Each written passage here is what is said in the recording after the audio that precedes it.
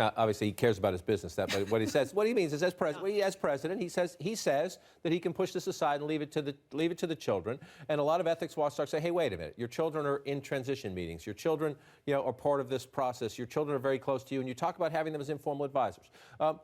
I start from the position of cut the guy a little slack and give him time to figure it out because he just won an election and he has his business. Yep. But how does he do this? This is incredibly hard and complicated. It's also that to start thinking about it now or to start taking steps to do it now is a little bit late in the game. Look, Mitt Romney was a very wealthy man. I covered that campaign who had a lot of international holdings. He had accounts all over the place. They put it in a blind trust. This was clearly something that Mitt Romney had planned for many years to make sure that you didn't have even the appearance of conflicts. That's just not a concern that Donald Trump seems to have. I mean, he's meeting with Indian developers of his hotels in India while in between transition meetings. His children are sitting in on foreign leader calls. I mean, could you imagine an alternative universe, Chelsea Clinton sitting in on foreign leader calls and what the outcry would be? This is a pretty... The concern for him is that this is going to continually hound the Trump presidency, even if he's not doing anything untoward and if his motivations are pure. I mean, look at his meeting with a British politician just last week or a couple weeks ago when he registered his opposition to offshore wind farms.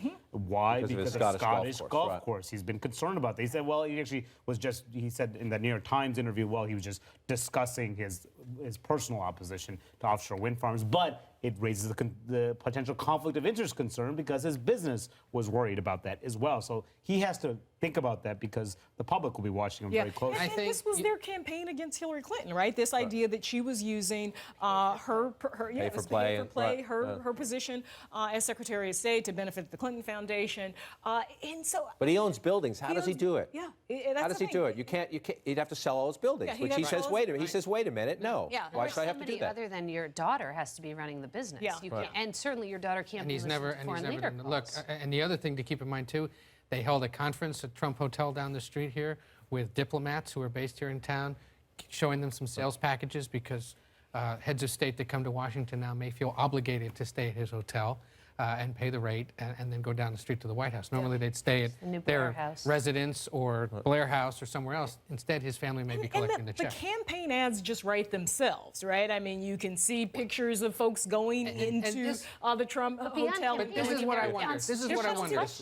This is what I wonder. Do Americans care? People know who they are. I mean, again, we can have the popular vote conversation if you want, but he won the election, and he is who he is. And they know what, most Americans know what Trump is. They know the business. I mean, I think they will care if their lives don't improve. Like, if you can have the juxtaposition of Donald Trump profiting from being in office and jobs still leaving Indiana, but how will we Ohio, ever know if he holds a privately held company and doesn't really also the tone in White Houses is set at the top. So if he's behaving like this, that's going to trickle down to all the staff, and then you could have an administration that's rife with scandals. You could have a series of eruptions of people enriching themselves at the benefit of the taxpayer, and that does become a problem. Whether it's even if it's not just him, if this is the tone of his administration, that's probably. Well, Democrats will be watching from day one, but also some Republicans in Congress have also suggested they're going to watch this from day one. The question is, if they start to investigate and look into it, then it becomes a problem. But that's going to be a very, very high hurdle. They could also introduce a law to change the law and make him,